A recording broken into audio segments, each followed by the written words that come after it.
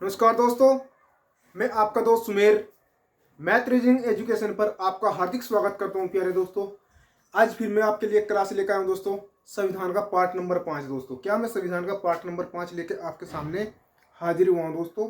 और आपके लिए एक खुशखबरी है दोस्तों। मैं क्या खुशखबरी लेकर आया हूँ दोस्तों। खुशखबरी सुनाने से पहले दोस्तों, आप एक काम करो, जिस भाई ने वीडियो को सब्सक्राइबर नहीं किया प्यारे दोस्तों, कृपया करके वो वीडियो को सब्सक्राइबर कर ले, और जिससे मेरा आने वाला नोटिफिकेशन आप लोगों तक पहुंचता रहे। देखो दोस्तों, खुशखबरी क्या है, ये मेरे पे क्या है दोस्तों। देखो, एक्स एजुकेशन क्या है दोस्तों। एक्स एजुकेशन मतलब क्या है, ये हमारे पटना वाले सर है। कौन है? एस के जहाँ सर है। और इन्हीं के मैं सब वन बाई वन करके आप सभी से क्या है, वन लाइनर क्वेश्चन करवाने वाला हूँ दोस्तों। आपको क्या 1000 क्वेश्चन आपको वन लाइनर करवाने वाला हूँ दोस्तों। देखो, आपको अच्छी तरीके से दिख रहा होगा दोस्तों, ये जितने भी क्वेश्चन है दोस्तों, किसी न किसी एग्जाम में आए हुए हैं दोस्तों। किसके लिए?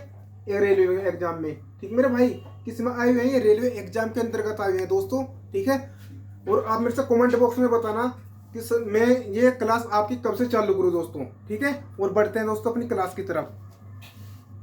देखो प्यारे दोस्तों, आज कहाँ से करेंगे, संविधान का पार्ट नंबर 5 होने वाला है दोस्तों। हेडिंग डालो बेरुवादीवाद 1960 में दोस्तों। क्या? बेरुवादीवाद 1960 में। इसके अंतर्गत क्या हुआ दोस्तों? देखो, उद्देशिका और प्रस्तावना को संविधान का अंग नहीं माना दोस्तों। किसके अंतर्गत बात की जाए, क्वेश्चन में अगर आप लोगों से पूछ लिया जाए कि उद्देशिका प्रस्तावना को संविधान का अंग नहीं माना गया, यह बात किस वाद के अंतर्गत की गई है? आपका जवाब क्या होने वाला है कि सर बेरुवादीवाद सन 1960 के अंतर्गत की गई है बात। क्या कही गई है? बेरुवादीवाद सन 1960 के अंतर्गत कही गई है। ठीक है दोस्तों, अच्छी तरीके से याद करना आप लोगों ने। देखो, जितने भी फैक्ट हैं मैं आप लोगों से किसी न किसी एग्जाम में आए हुए करवा रहा हूँ दोस्तों। जितने भी मैं आप लोगों से फैक्ट करवा रहा, लेकिन आपको जब याद आएंगे दोस्तों, जब आप एग्जाम के अंदर बैठे होंगे दोस्तों मेरे भाई। क्या आप एग्जाम के अंदर बैठे होंगे और जब आपको याद आएंगे सुमेर सर क्या कह रहे थे। ठीक है दोस्तों, बात करें फिर केशवानंद भारती बेनाम केरल। बात किया केशवानंद भारती बेनाम केरल कब हुआ था दोस्तों? ये 1973 ईस्वी में हुआ था। इसके अंतर्गत हमें क्या देखने को मिला था? देखो, उच्चतम न्यायालय ने अपना निर्णय पलटते हुए क्या कहा था दोस्तों? केशवानंद भारती बेनाम केरल 1973 के तहत क्या हुआ था दोस्तों? उच्चतम न्यायालय ने अपना निर्णय पलटते हुए यह मत दिया कि उद्देशिका संविधान का भाग है। क्या कहा दोस्तों? उद्देशिका संविधान का भाग है। यह किसके अंतर्गत कही गई है दोस्तों? बात केशवानंद भारती बेनाम केरल 1973 के अंतर्गत कही गई है। फिर क्या कहा गया? उद्देशिका में संशोधन किया जा सकता है दोस्तों। किसके द्वारा उद्देशिका में संशोधन किया जाता है? केशवानंद के द्वारा दोस्तों। बात की जाए, उद्देशिका न्याय योग्य भी नहीं है दोस्तों। क्या? उद्देशिका में संशोधन तो किया जा सकता है, लेकिन उद्देशिका न्याय योग्य नहीं है। यह बात किसके अंतर्गत की गई है? केशवानंद भारती बेनाम केरल 1973 के अंतर्गत की है प्यारे बच्चों। किसके तहत? केशवानंद भारती बेनाम केरल 1973 के अंतर्गत की है। एक बार फिर आपका रिवीजन करवाता हूँ। बेरुवादीवाद सन 1960 के अंतर्गत क्या कही गई है दोस्तों? उद्देशिका अथवा प्रस्तावना को संविधान का अंग नहीं माना गया दोस्तों। क्या? उद्देशिका प्रस्तावना को संविधान का अंग नहीं माना गया दोस्तों। किसके अंतर्गत? बेरुवादीवाद 1960 के अंतर्गत। मैंने आप लोगों से क्या बताया? केशवानंद भारती बेनाम केरल 1973। राधे श्री कृष्ण। मैंने क्या बताया दोस्तों इसमें? केशवानंद भारती बेनाम केरल 1973 में क्या हुआ दोस्तों? उच्च न्यायालय ने अपना निर्णय पलटते हुए यह मत दिया कि उद्देशिका संविधान का भाग है। उद्देशिका में संशोधन तो किया जा सकता है, लेकिन उद्देशिका न्याय योग्य नहीं है दोस्तों। प्यारे बच्चों, आप लोगों ने अच्छी तरीके से याद रखना है मेरे भाई। फिर आते हैं दोस्तों किसकी तरफ? गोलकनाथ बेनाम पंजाब राज्य सन 1967 में दोस्तों। क्या? गोलकनाथ बेनाम पंजाब राज्य सन 1967। इसके अंतर्गत क्या बात कही है दोस्तों? इसमें क्या हुआ है दोस्तों? इस वाद में एम हिदायतुल्लाह ने दोस्तों क्या? एम हिदायतुल्लाह ने उद्देशिका को संविधान की आत्मा कहा था। एम हिदायतुल्लाह ने उद्देशिका को संविधान की आत्मा किसके अंतर्गत कहा था? आपका जवाब होगा सर गोलकनाथ बेनाम पंजाब राज्य सन 1967 के तहत। बात की जाए, उद्देशिका को संविधान की आत्मा किसने कहा था? एम हिदायतुल्लाह ने। किस वाद के अंतर्गत कहा था? गोलकनाथ बेनाम पंजाब राज्य 1967 के तहत। आपसे किसी भी तरीके से क्वेश्चन पूछ सकता है, आपको अच्छी तरीके से रिवीजन करना है प्यारे बच्चों। ठीक है, बात की जाए किसकी? भीमराव अंबेडकर ने संविधान की आत्मा। दोस्तों, भीमराव अंबेडकर ने संविधान की आत्मा किसे कहा गया है दोस्तों? आपका जवाब क्या होगा सर? संवैधानिक उपचारों के अधिकार अनुच्छेद 32 को। डॉक्टर भीमराव अंबेडकर ने क्या कहा इसको? संविधान की आत्मा कहा दोस्तों। किसको? संविधान की आत्मा कहा गया। किसको कहा? संवैधानिक उपचारों के अधिकार। अनुच्छेद 32 को माना मेरे भाई। किसको माना? अनुच्छेद 32 को माना। बात की जाए प्यारे बच्चों, भारतीय संविधान विश्व का सबसे बड़ा एवं विस्तृत संविधान है। यह बात किसके द्वारा कही गई? आपका जवाब क्या होगा सर? सर आइवर जेनिक्स के द्वारा कही गई दोस्तों। किसके द्वारा? सर आइवर जेनिक्स थे दोस्तों, इनके द्वारा यह बात कही गई। क्या बात कही गई? कि भारतीय संविधान विश्व का सबसे बड़ा एवं विस्तृत संविधान है दोस्तों। यह बात किसके द्वारा कही गई? सर आइवर जेनिक्स के द्वारा कही गई है प्यारे बच्चों। किसके द्वारा? सर आइवर जेनिक्स के द्वारा। बात की जाए, भारत का संविधान अधिक कठोर व अधिक लचीला है दोस्तों। यह बात किसके अंतर्गत की गई है? किसने कही है दोस्तों? डॉक्टर भीमराव अम्बेडकर ने दोस्तों। किसने? डॉक्टर भीमराव अम्बेडकर ने। कि भारत का संविधान अधिक कठोर तथा अधिक लचीला है। यह बात किसने कही है दोस्तों? डॉक्टर भीमराव अम्बेडकर ने कही। प्रस्तावना को संविधान का पहचान पत्र किसने कहा दोस्तों? एन.ए. पालकीवाला ने दोस्तों। किसको? प्रस्तावना को संविधान का पहचान पत्र किसने कहा? एन.ए. पालकीवाला ने कहा प्यारे बच्चों। किसने कहा? एन.ए. पालकीवाला ने। आइए दोस्तों बात करते हैं जो इधर से। अब मेरे से एक बात दो, इसमें क्या था कि प्रस्तावना को संविधान का पहचान पत्र किसने कहा? एन.ए. पालकीवाला ने। आपका अगर आपसे पूछ लिया जाए कि प्रस्तावना को संविधान की आत्मा किसने कहा गया, तो आपका क्या जवाब होने वाला है? सर ठाकुर भार्गवदास ने। किसने? ठाकुर भार्गवदास ने। प्रस्तावना को संविधान की आत्मा तो ठाकुर भार्गवदास ने, और प्रस्तावना को संविधान का पहचान पत्र एन.ए. पालकीवाला ने कहा दोस्तों। पहचान पत्र किसने कहा? एन.ए. पालकीवाला ने। और आत्मा किसने कहा प्यारे बच्चों? ठाकुर भार्गवदास ने कहा। किसने कहा? ठाकुर भार्गवदास ने कहा। बात की जाए, प्रस्तावना को संविधान की कुंजी किसने कहा गया है दोस्तों? आपका जवाब क्या होने वाला है सर? अर्नेस्ट बोरकर के द्वारा। किसके द्वारा? अर्नेस्ट बोरकर के द्वारा दोस्तों। किसको? सब प्रस्तावना को संविधान की जो कुंजी कहा गया है दोस्तों, किसने कहा है दोस्तों? अर्नेस्ट बोरकर ने कहा है।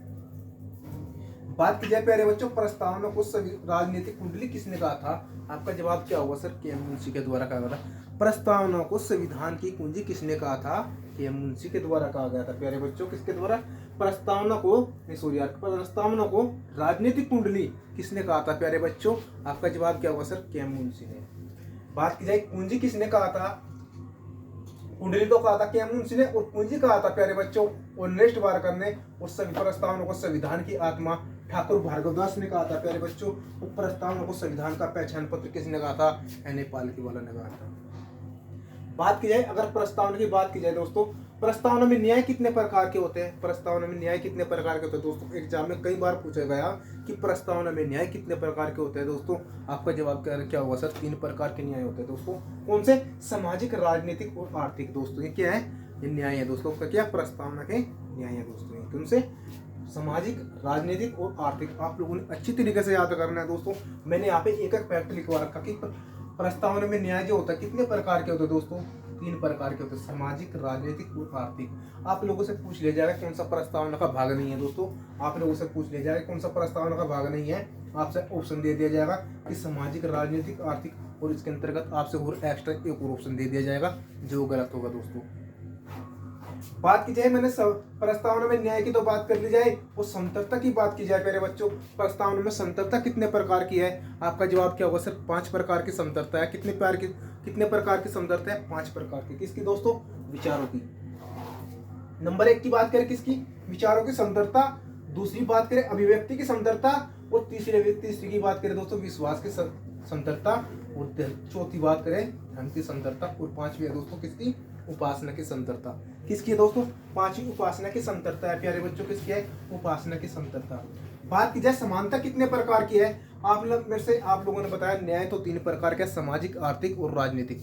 न्याय कितने प्रकार के बताए मैंने आप लोगों से? 3 प्रकार के।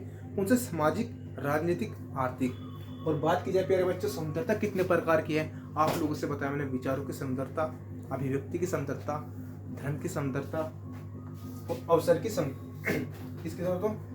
विचारों की समतलता, अभिव्यक्ति की समतलता, विश्वास की और धर्म की और उपासना की समतलता है प्यारे बच्चों। और समानता की बात की जाए पर बच्चों, समानता कितने प्रकार की है? आपका जवाब क्या होने वाला है? सब 2 प्रकार की समानता है। किसके अंतर्गत? प्रस्तावना में 2 प्रकार की समानता है दोस्तों। कौन सी है? प्रतिष्ठा की समानता और अवसर की समानता। दोस्तों ये किसके भाग है? प्रस्तावना के भाग है। बात की जाए भारतीय संघवाद को सहकारी संघवाद किसने कहा है? आपका जवाब क्या होगा सर? जी ऑस्टिन के द्वारा कहा गया है। किसने कहा है? जी ऑस्टिन ने कहा है दोस्तों। किसने कहा है? जी ऑस्टिन के द्वारा कहा गया है। बात की जाए लिखित संविधान की अवधारणा ने जन्म कहाँ लिया प्यारे बच्चों, कहाँ से लिया, फ्रांस में लिया दोस्तों। कहाँ पे लिया, फ्रांस में लिया गया। लिखित संविधान की अवधारणा ने जन्म लिया दोस्तों, कहाँ पे लिया, फ्रांस के द्वारा लिया गया। और उनमें बात की जाए नेक्स्ट क्वेश्चन की, नेक्स्ट क्वेश्चन में क्या कहा गया है कि भारतीय संविधान का सर्वाधिक प्रभाव किस पर पड़ा। आपका जवाब क्या होगा सर, भारत शासन अधिनियम सन 1935 पर पड़ा। किसका, भारत शासन अधिनियम सन 1935 पर पड़ा। किसका, भारतीय संविधान का जो सर्वाधिक प्रभाव पड़ा प्यारे बच्चों किस पर पड़ा, कि भारत शासन सन अधिनियम 1935 पर पड़ा। भारतीय संविधान का अभिभावक किसे माना जाता है, अगर आप लोगों से पूछ लिया जाए कि सर्वोच्च न्यायालय को माना जाता है। किसको माना जाता है, सर्वोच्च न्यायालय को माना जाता है मेरे बच्चों। बढ़ते हैं नेक्स्ट क्वेश्चन की, अगर आप लोगों से पूछ लिया जाए कि समता, समानता और भाईचारा की अवधारणा हमें कहाँ से प्राप्त हुई है, आपका जवाब क्या होगा सर, फ्रांस से प्राप्त हुई। कहाँ से, समता, समानता और भाईचारा की जो अवधारणा हमने भी ली है वो कहाँ से ली है, ये आपका जवाब क्या होगा सर, फ्रांस के द्वारा से। मैंने आप लोगों से पूछा रेगुलेटिंग एक्ट कब पारित हुआ था, आपका जवाब क्या होगा सर, 1773 ईस्वी में था। रेगुलेटिंग एक्ट कब पारित हुआ था प्यारे बच्चों, 1773 ईस्वी में। बात की जाए ब्रिटेन पीएम कौन था, आपका जवाब क्या होगा सर, नूर था। रेगुलेटिंग एक्ट 1773, ब्रिटेन पीएम कौन था उस समय, नूर। बात की जाए पिट्स इंडिया एक्ट कब पारित हुआ था, आपका जवाब क्या होगा सन 1784 ईस्वी में। मैंने पूछा आप लोगों से ब्रिटेन पीएम कौन था, आपका जवाब क्या होगा सर, पीटर द यंगर। कौन था, पीटर द यंगर। एक बात रिवीजन करवाता हूँ आप लोगों से, अगर आप लोगों से पूछ लिया रेगुलेटरी एक्ट कब हुआ था, आपका जवाब क्या होगा सर, 1773 ईस्वी में होगा। और मैंने पूछ लिया आपसे कि ब्रिटेन पीएम कौन था प्यारे बच्चों, आपका जवाब क्या होगा, नूर था। मैंने पूछा आप लोगों से पिट्स इंडिया एक्ट कब पारित हुआ था, आपका जवाब क्या होगा सर, 1784 ईस्वी में था। मैंने आप लोगों से पूछा कि ब्रिटेन पीएम कौन था उस वक्त, आपका जवाब क्या होगा, पीटर द यंगर था। कौन था, पीटर द यंगर। दोस्तों पढ़ते हैं किसकी तरफ, 1833 का चार्टर अधिनियम। दोस्तों क्या आज हम पढ़ने वाले 1833 का चार्टर अधिनियम। दोस्तों इसके अंतर्गत क्या बात की है कि जो बंगाल का गवर्नर था उसको संपूर्ण गवर्नर बना दिया गया था। बंगाल के गवर्नर को भारत का संपूर्ण गवर्नर बनाया गया था। दोस्तों किसके अंतर्गत, भारत पिट्स इंडिया एक्ट 1833 के चार्टर एक्ट अधिनियम के तहत। किसके तहत दोस्तों, 1833 ईस्वी के चार्टर अधिनियम के तहत बंगाल के गवर्नर को संपूर्ण भारत का गवर्नर बना दिया गया था। बात की जाए अगर आप लोगों से पूछा जाए कि बंगाल का प्रथम गवर्नर कौन था, आपका जवाब क्या होगा, सर लॉर्ड विलियम बेंटिक था। कौन था, सर लॉर्ड विलियम बेंटिक था। क्या कौन था, सर लॉर्ड विलियम बेंटिक था। मैंने पूछा आप लोगों से कि अंग्रेजी शिक्षा का प्रसार किसके समय में हुआ शुरू, आप लोगों का जवाब क्या होगा सर, लॉर्ड विलियम बेंटिक के समय में होता। मैंने कहा किसने किया था, आप लोगों का जवाब क्या होगा सर, मेकाले के द्वारा किया गया था। ठीक दोस्तों, किसके द्वारा किया गया था, मेकाले के द्वारा किया गया था। दोस्तों मैं आपके लिए कुछ ऑफर लेकर आया हूँ। दोस्तों देखो जो हमारे गुरुजी हैं, देखो ऑल इंडिया टीचर, दोस्तों किसके, ऑल इंडिया बेस्ट टीचर। दोस्तों कौन, SK जहाँ सर, ये दोस्तों। और मैं आप लोगों से चंद्रा सर की जितने 1 by 1 करके 1 लाइनर दोस्तों आपसे ये PDF करवाने वाला हूँ दोस्तों। और ये रेलवे के एग्जाम में बार बार क्वेश्चन पूछे गए हैं दोस्तों। क्या, रेलवे के एग्जाम में बार बार पूछे गए हैं। दोस्तों देख लो, अगर आप इसको करना चाहती हैं दोस्तों, आप मेरे से कमेंट बॉक्स में बताना। और मुझसे जुड़ने के लिए दोस्तों वीडियो को सब्सक्राइबर करना और कमेंट करना दोस्तों, जिससे मेरा आने वाला नोटिफिकेशन आप लोगों तक पहुंचता रहे दोस्तों। और मिलते हैं नेक्स्ट वीडियो में। जय हिंद, जय भारत।